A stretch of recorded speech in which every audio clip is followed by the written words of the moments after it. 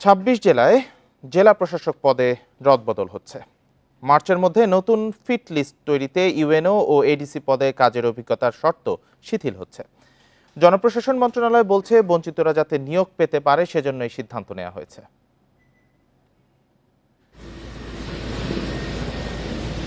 গত ৫ আগস্ট ছাত্র জনতার গণঅভ্যুত্থানে হাসিনা সরকারের পতন হয়। এরপর ৬৪টি জেলায় ডিসি পদে আনা হয় পরিবর্তন, কিন্তু সেখানে পতিত আওয়ামী লীগ সরকারের সুবিধাভোগী অনেকে জায়গা পায় বলে অভিযোগ উঠে। এ অবস্থায় নতুন করে ডিসি নিয়োগের ফিটলিস্ট তৈরি হচ্ছে। বর্তমানে জেলা প্রশাসক পদে ২৪ ব্যাচের ২৬ জন, ২৫ ব্যাচের ২৬ জন আর ২৭ ব্যাচের ১২ জন কর্মরত আছেন। ২৪ ব্যাচের কর্মকর্তাদের যুগ্ম সচিব পদে পদোন্নতির ফিটলিস্ট হচ্ছে। ফলে এই ব্যাচের সবাইকে মার্চের মধ্যে সরিয়ে নেয়ার পরিকল্পনা জনপ্রশাসন মন্ত্রণালয়ের।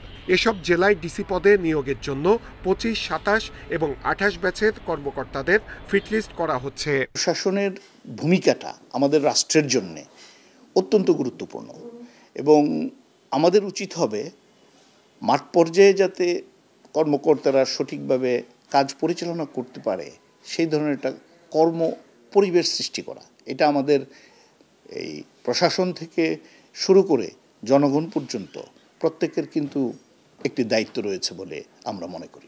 প্রশাসন ক্যাডারের কর্মকর্তারা উপজেলা নির্বাহী কর্মকর্তা ও অতিরিক্ত জেলা প্রশাসক পদে কাজ না করলে ডিসি হতে পারবেন। তবে মাঠ প্রশাসনের যে কোনো পর্যায়ে কাজের অভিজ্ঞতা থাকতে হবে। জনপ্রশাসন বিশেষজ্ঞরা বলছেন, যোগ্য সৎ কর্মকর্তাদের বাছাই করে ডিসি নিয়োগ দিতে হবে। আমার মনে হয় এবং বর্তমান প্রশাসন ব্যবস্থায় তাদের গতিশীলতা আনার জন্য এদেরকে পুরোপুরিভাবে তাদের অতীতের ৫ বছর, ১০ বছর বা তার আগের বছরগুলার তাদের মূল্যায়ন করা দরকার।